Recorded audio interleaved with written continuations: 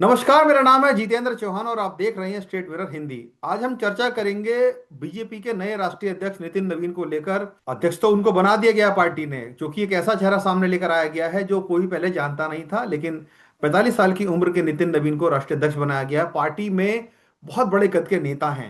ऐसे में उनके सामने बहुत सारे चैलेंजेस भी सामने आने वाले हैं।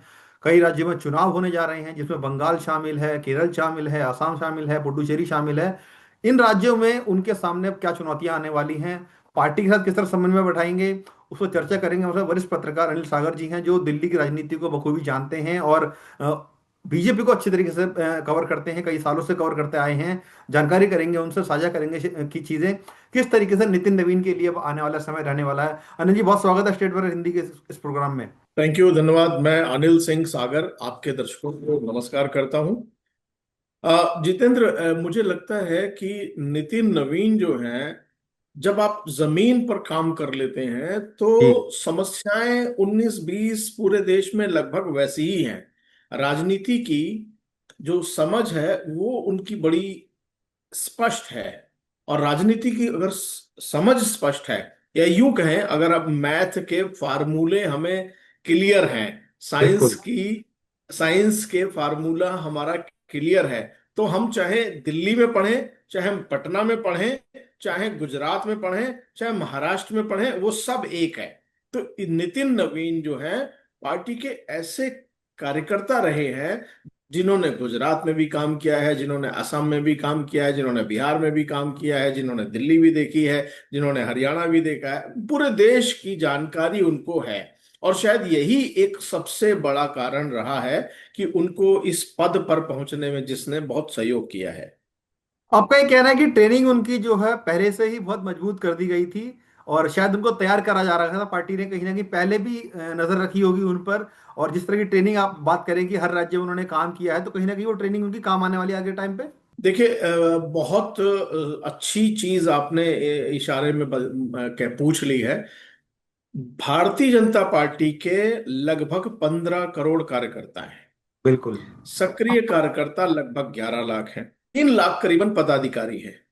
अब दूसरी पार्टियों में और भारतीय जनता पार्टी में यहां अभी फर्क क्या दिखता है? हालांकि दूसरी पार्टियां भी तैयारियां करती हैं, लेकिन जिस चरणबद्ध तरीके से भारतीय जनता पार्टी ने तैयारियां शुरू की हैं, इन्होंने तय किया है कि 45 साल का लगभग जिला अध्यक्ष बनाया जाएगा। अब 1 लाख नए युवाओं को इन्होंने शामिल करने का, सक्रिय राजनीति में शामिल करने का शामिल करने का एक नया एक हो। एक बिल्कुल। कार्यक्रम तैयार कर लिया है। जब और प्रधानमंत्री ने आप खुद भी बोला था देखेंगे, अपने भाषण में। बिल्कुल बिल्कुल, वो वही है। तो अब उन सब के जो लोग अभी हैं, उनकी ट्रेनिंग शुरू की जा रही है। आज भी महासचिवों की बैठक है, कल भी एक बड़ी बैठक हुई है। स्पष्ट बिल्कुल। रूप से कह दिया गया कि ये राज्य पांच जो हैं, इनमें कैसे काम करना है, किन चीजों पे को लेकर के आगे बढ़ना है। तो मैं जो बता रहा था कि 3 लाख पदाधिकारी हैं, 45 साल के जिला अध्यक्ष बनाए जा रहे हैं और बनाए जाएंगे। प्रदेश अध्यक्षों को लेकर के भी आप अगर गौर से देखेंगे तो ये तय हो गया है कि लगभग 55 साल वाले प्रदेश अध्यक्ष बनाए जाएं, ताकि ऐसा नहीं है कि वरिष्ठ जो नेता हैं उनकी अनुभव को कहीं दरकिनार कर दिया जाएगा, लेकिन हाँ, उनके साथ ये एक कॉम्बिनेशन बनाया जाए, एक तालमेल बनाया जाए, ताकि पार्टी को अगले 20 साल के लिए तैयार किया जाए।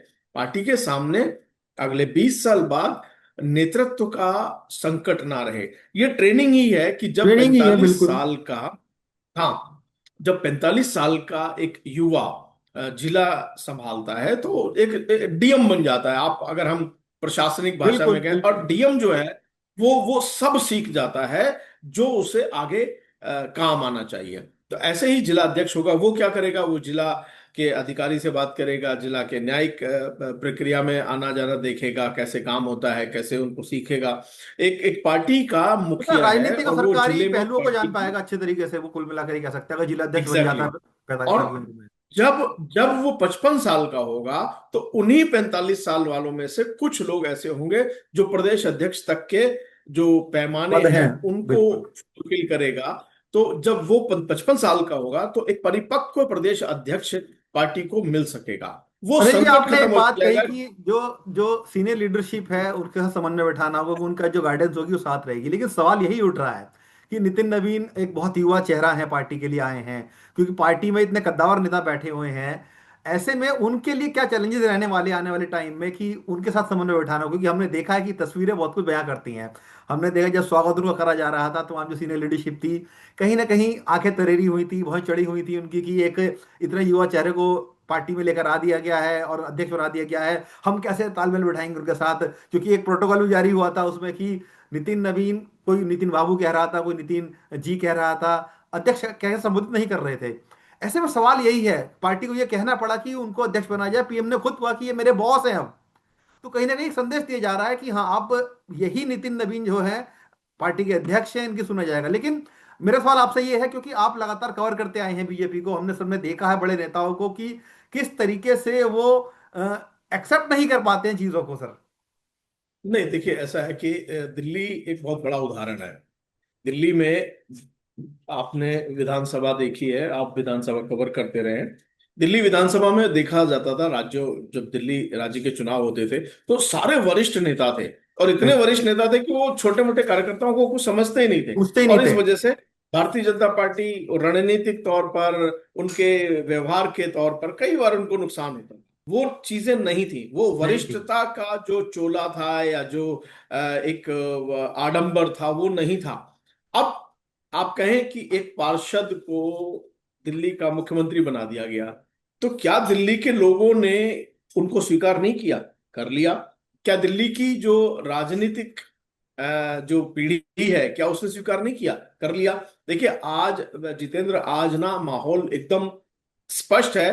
कुर्सी को सलाम, और बिल्कुल। कुर्सी को सलाम। बिल्कुल तो सलाम। ये तो तय हो गया है कि नितिन जो है वो अध्यक्ष जी हैं। नितिन नवीन अध्यक्ष जी हैं। पार्टी ने बिल्कुल। यह भी स्पष्ट कर दिया है कि लिखने का तरीका क्या है, वो इंग्लिश में नवीन है और हिंदी में नवीन है। नवीन है। तो ये भी स्पष्ट हो गया है। तो ये ऊहापोह तो किसी के मन में होना ही नहीं चाहिए, और कम से कम इस सेटअप में तो बिल्कुल नहीं होना चाहिए। क्योंकि बिल्कुल। इस सेटअप ने बता दिया है कि मार्गदर्शक मंडल की संख्या बढ़ सकती है, मार्गदर्शक मंडल में ज्यादा कुर्सियां लग बिल्कुल। सकती हैं। बिल्कुल। बिल्कुल। तो इसलिए जो बाकी लोग हैं उनको समझ में आता है कि भाई नवीन जी अब राष्ट्रीय अध्यक्ष हैं, तो नितिन नवीन जी अध्यक्ष जी ही हैं। अब अनिल जी, क्या आपको चाहे आप लगता है, उनको किसी भी रूप में देखें। अनिल जी क्या आपको लगता है कि जो राजनीतिक जी। परिवेश है, समाज की जो संरचना है, उसके अकॉर्डिंग बदलता जा रहा है? शायद यही कारण है कि बीजेपी को समझ में आया है कि युवा चेहरों को सामने लेकर आना जरूरी है। और जो बड़ा नेतृत्व है, जो शीर्ष नेतृत्व है, वो जो अब मार्ग, जैसा कि आपने बोला कि मार्गदर्शक मंडल बड़ा हो सकता है, तो क्या ये मान के चला जाए कि अब पार्टी ये मान चुकी है कि जो शीर्ष नेतृत्व हमारा भी होगा वो भी युवा ही कहीं ना कहीं आने वाले टाइम में हो जाएगा? क्योंकि जिस तरीके से नई पौध तैयार की जा रही है, 40 से लेकर 45, 45, 50 तक के नेताओं को आगे बढ़ाया जा रहा है, तो लग रहा है कि आपको कि जो बड़ा शीर्ष राजनीतिक मंडल है इनका बीजेपी का, चाहे उसमें राजनाथ सिंह हो, नितिन गडकरी हो, जेपी नड्डा साहब हो, बहुत सारे ऐसे बड़े नाम हैं, क्या वो आने वाले समय में सिर्फ मार्गदर्शक मंडल के लोग बन के रह जाएंगे या पार्टी में भी काम करते रहेंगे इनके साथ मिलकर? देखिए आप अगर शीर्ष नेतृत्व को देखें, बड़े 20 नाम देखें, तो मुझे लगता है कि इनकी जरूरत खत्म नहीं हुई है। पार्टी ने अपने आप को बढ़ाया है। पार्टी, भाई आप देखिए, आपने हरियाणा जब नरेंद्र मोदी जी की सरकार बनी, तो जब प्रधानमंत्री नरेंद्र मोदी बने तो हरियाणा पहली बार जीते। अब इसी तरीके से पहली बार उन्होंने गुजरात, ये महाराष्ट्र भी जीता था। इसी तरीके से कई राज्य हैं जो इन्होंने पहली बार जीते। पहली 27 साल बाद दिल्ली को जीता। तो ऐसा नहीं है कि राजनीतिक फौज की जरूरत तो है ही, और अनुभव तो चाहिए चाहिए। ये अगर चाहिए। जमीन पर युवा चाहिए तो रणनीति बनाने के लिए अनुभवी नेताओं की जरूरत तो रहेगी। और जहां तक कौन सा चेहरा किस भूमिका में होगा, तो इसके लिए मुझे लगता है पार्टी के बहुत सारे ऐसे स्थान हैं जहां पर चर्चा की जाती है और होगी। हाँ, ये सही है कि निकट भविष्य में कुछ चेहरे हो सकता है कि कई बार पदभार संभाल रहे थे। अब जैसे जेपी नड्डा जी की बात की जाए, तो कई जेपी सारे नड्डा पदों पर खुद थे। केंद्रीय मंत्री भी थे। बिल्कुल। बिल्कुल, केंद्रीय मंत्री भी थे और राष्ट्रीय नेता अध्यक्ष भी विपक्ष, थे। नेता, तो नेता उनके विपक्ष लिए, भी थे। हाँ जी, और उनके लिए ये संभालना ऐसा नहीं है। ठीक है, उनके सहयोगी कई रहते हैं, लेकिन अब वो अपनी भूमिकाओं से और ज्यादा अच्छे तरीके से न्याय कर पाएंगे। क्योंकि अब अभी केंद्र में सरकार है, राज्यों में सरकारें हैं, और राज्यों और केंद्रों के बीच में बहुत सारे काम ऐसे होते हैं जिनकी भूमिकाएं अलग अलग होती हैं, तो उन भूमिकाओं में अनुभवी नेताओं की जरूरत होती है।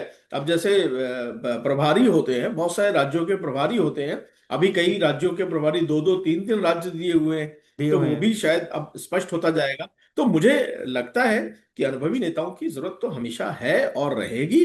हाँ, ये हो सकता है कि कुछ लोगों को, जैसे स्वास्थ्य के कारणों से या किसी अन्य कारणों से, हो सकता है कि वो धीरे धीरे धीरे धीरे अपने आप को सक्रिय राजनीति से अलग कर लें, या अन्य संवैधानिक पदों पर, कारण मतलब हो अलग से। लोक भवन या राजभवन, या हाँ, उनमें चले जाएं, क्योंकि वहां भी जरूरत है। ऐसे कुछ चेहरे वहां भी जा सकते हैं, तो ये संभव है, बिल्कुल संभव है। सुनील जी, चूंकि चैलेंजेस बहुत बड़े सामने आने वाले हैं, बंगाल चुनाव है, आसाम चुनाव है, केरल चुनाव, ये तीन स्टेट ऐसे हैं जहां पर बीजेपी को कड़ी फाइट मिलने वाली है। क्या लगता है कि आपको संगठन के तौर पर बीजेपी अब किस तरीके से नई रणनीति बनाएगी, क्योंकि नवीन जी अध्यक्ष बन गए हैं, उनका क्या माइंडसेट रहने वाला है इन तीनों राज्यों को लेकर? आपका कुछ असेसमेंट आपने कुछ किया हो या कुछ बातचीत हुई हो लोगों से या पार्टी के भीतर? देखो, अभी आज उनकी बैठक है, उसके बाद वो फिर 27 से शायद तमिलनाडु के दौरे पे जा रहे हैं। वो लगातार उनके कार्यक्रम बन चुके हैं। और जहां तक असम की बात है, तो भारतीय जनता पार्टी को वहां कोई बहुत ज्यादा चुनौतियां दिख नहीं रही हैं। भारतीय जनता पार्टी असम में एक बार फिर से वापसी की पूरी तरीके से उम्मीद है उसे। उम्मीद लगाई बैठी जहां है। तक हाँ, पश्चिम बंगाल की बात है, पश्चिम बंगाल में भी इस बार ममता बनर्जी उतनी कंफर्टेबल नहीं है जितना पिछली बार थी। तो पार्टी ने इस बार वहां पर रणनीति बड़ी सटीक बना ली है। मुझे लगता है कि बहुत सारे नेताओं को वहां भेजा जा रहा है, एक एक बूथ की मैपिंग की जा रही है। भारतीय जनता पार्टी की सबसे बड़ी चुनौती जो है वो यही होती है कि बूथ पर मतदाता पहुंचे। तो पहुंचे। उसके लिए सभी सभी प्रयास किए जा रहे हैं। और इस बार जैसे आपने देखा होगा कि दिल्ली के चुनाव में भाजपा का शोर नहीं था, हम्म। लेकिन जोर था। जोर तो था अंदर ही वही अंदर। रणनीति, यस, वही रणनीति भारतीय जनता पार्टी पश्चिम बंगाल में अपनाना चाहेगी, क्योंकि पिछली बार शोर बहुत था, जोर कम था। जोर नहीं था।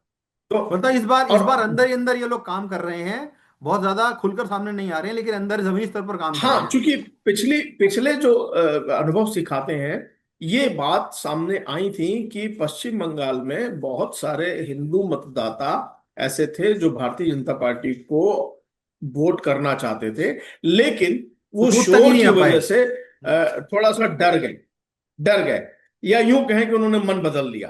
तो इस बार पार्टी ने ये तय, मतलब ऐसा लगता है, मेरा अंदाजा है, अनुमान है, कि शायद शोर जो है उतना ना सुनाई दे, लेकिन जमीन पर जोर जरूर रहेगा। और उसके लिए एक एक बूथ की, एक एक मतदाता के तक पहुंचने की जो रणनीति है, जो डिजिटल वर्ल्ड है, जो जमीनी ग्राउंड है, ग्राउंड पे जो मजबूती चाहिए, उसके लिए कल भी जो राष्ट्रीय अध्यक्ष ने सभी कार्यकर्ताओं को ये बात कही है कि सिर्फ डिजिटल वर्ड नहीं, आप जमीन पर भी जाइए, संवाद कीजिए, संपर्क कीजिए। और सिर्फ संवाद और संपर्क नहीं, डिजिटल वर्ल्ड पर भी रहिए, क्योंकि ये दुनिया में बहुत जरूरी है बहुत जरूरी है कि डिजिटल वर्ल्ड हम को समझना। डिजिटल वर्ल्ड में भी अपने पक्ष की बात कहें और दूसरे पक्ष की बात को समझें और उस पर सही जवाब दें।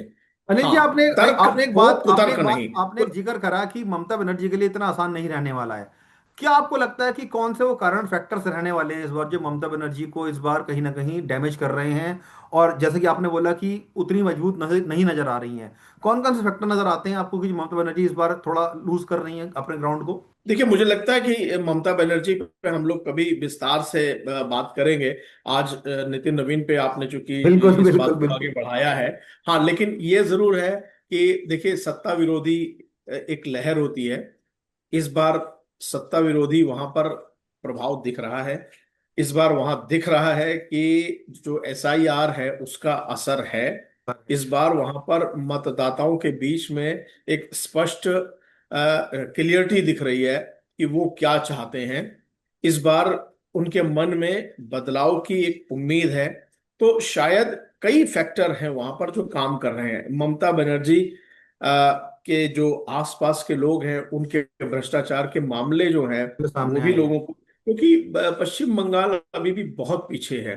लोगों को ये तकलीफ होती है कि मुझे दो वक्त की रोटी भी बड़ी मुश्किल से मिलती है, मुश्किल से मिल और ये पाती है। लोग करोड़ों की गाड़ियों में घूमते हैं, अरबों रुपए लुटाते हैं। तो ये सब चीजें वहां पर जमीन पर चल रही हैं। इसके अलावा अपराध, गुंडागर्दी, ये सारे पहलू भी हैं। तो मुझे लगता है कि भारतीय जनता पार्टी का जो कार्यकर्ता है, वो चाहे दिल्ली से जाए, चाहे वो कन्याकुमारी से आए, और चाहे वो पंजाब से जाए, लेकिन वहां पर पहुंच करके उसे जमीनी जो हकीकत है उससे हकीकत वहां के मतदाता को रूबरू करा रूबरू करके और कराना जरूरी उसको है। मजबूती का एहसास करा करके वो मत देने के लिए मतदान केंद्र तक लेके जाएगा। ऐसा प्रयास किया जा रहा है। प्रयास किया जा रहा है। अनिल जी, आखिरी सवाल मेरा जी। चलते चलते आपसे ये है कि चैलेंज तो बहुत सारे उनके सामने हैं ही हैं। क्या लगता है कि टीम में भी इस बार कुछ नए युवा चेहरे देखने को मिलेंगे समय में बनाने के लिए, क्योंकि हाँ बिल्कुल, नितिन मुझे नवीन। मुझे ऐसा लगता है, क्योंकि बिल्कुल जितेंद्र, ये सही बात है कि टीम में इस बार कुछ बदलाव हो सकते हैं। नए चेहरे भी आएंगे, क्योंकि भारतीय जनता पार्टी का संविधान भी कहता है कि एक हिस्सा नए चेहरे आने चाहिए, तो वो नए चेहरे भी आएंगे, नए चेहरे भी दिखेंगे, लेकिन अनुभवी नेता भी रहेंगे, ताकि इस टीम को एक बैलेंस तरीके से पूरे देश में एक नए आदर्श के साथ प्रस्तुत किया जाए। क्योंकि देखिए, भाजपा का ये प्रयोग भी है, तो भाजपा ये नहीं चाहेगी कि ये प्रयोग किसी भी रूप में कहीं भी फेल हो जाए। सफल ना कहा जाए। बिल्कुल। और खास तौर पे ये प्रयोग प्रधानमंत्री नरेंद्र मोदी का है। तो बिल्कुल। प्रधानमंत्री नरेंद्र मोदी का प्रयोग इस देश में आज की तारीख में कोई भी भाजपा नेता या कार्यकर्ता नहीं चाहेगा कि असफल कहलाए। असफल रहे, भारतीय जनता बिल्कुल। पार्टी, बिल्कुल, तो ये प्रयोग जो है वो बहुत सफल हो, इसका प्रयास हर व्यक्ति करेगा, क्योंकि अगले 20 साल की राजनीति की झलक उसको बिल्कुल। अपने चेहरे में दिखती है। और यही इस पूरे प्रकरण का संदेश भी है कि जब नितिन नवीन, आपने देखा होगा एक सोशल मीडिया पर चल रहा है कि वो एक युवा सेल्फी ले रहा है, और बिल्कुल। पीछे बिल्कुल, सुशील पीछे से मोदी सुशील बैठे मोदी हुए बैठे हैं, हुए हैं। और आज उसी युवा के पीछे नरेंद्र मोदी खड़े हुए हैं। तो ये दो लाइनें बहुत ही मजबूत हैं, तो ये एक संदेश है। बिल्कुल, जाहिर तौर पर ये जो संदेश है साफ कह दिए गए हैं पार्टी में कि नितिन नवीन अब अध्यक्ष हैं, और कहीं ना कहीं भविष्य की राजनीति को देखते हुए एक युवा चेहरे को सामने लेकर आया गया है। और जैसे कि अनिल जितेंद्र साहब जी। इत्तेफाक देखिए, जितेंद्र जी इत्तेफाक जी। देखिए, नितिन जब सेल्फी ले रहे थे तब भी आगे थे, और आज जब उनकी फोटो ली जा रही है तब भी तब आगे भी हैं। आगे है वो, और बिल्कुल सही मोदी बात है। पीछे थे, और देखिए, मोदी का हाथ उनके साथ है। राजनीति में कब दिन फिर जाते हैं पता नहीं चलता अनिल जी। Exactly exactly। नहीं, जीवन में भी ऐसा ही है। तो मुझे लगता है बिल्कुल। आपका चैनल भी इसी तरीके से दिनों दिन रात दूनी तरक्की करे, और दर्शकों देखते रहिए, क्योंकि यहाँ पर है मसाला नहीं, असली कंटेंट है, खबर, सही असली खबर बात। है। और अगर आप रहना चाहते हैं अलर्ट, तो देखते रहिए बेस्ट कंटेंट। चलो, थैंक धन्यवाद यू अनिल जी, जितेंद्र, बहुत बहुत थैंक यू। शुक्रिया आपका हमसे जुड़ने के लिए। आगे भी चर्चा जारी रखेंगे कभी भी। धन्यवाद आपका बहुत बहुत।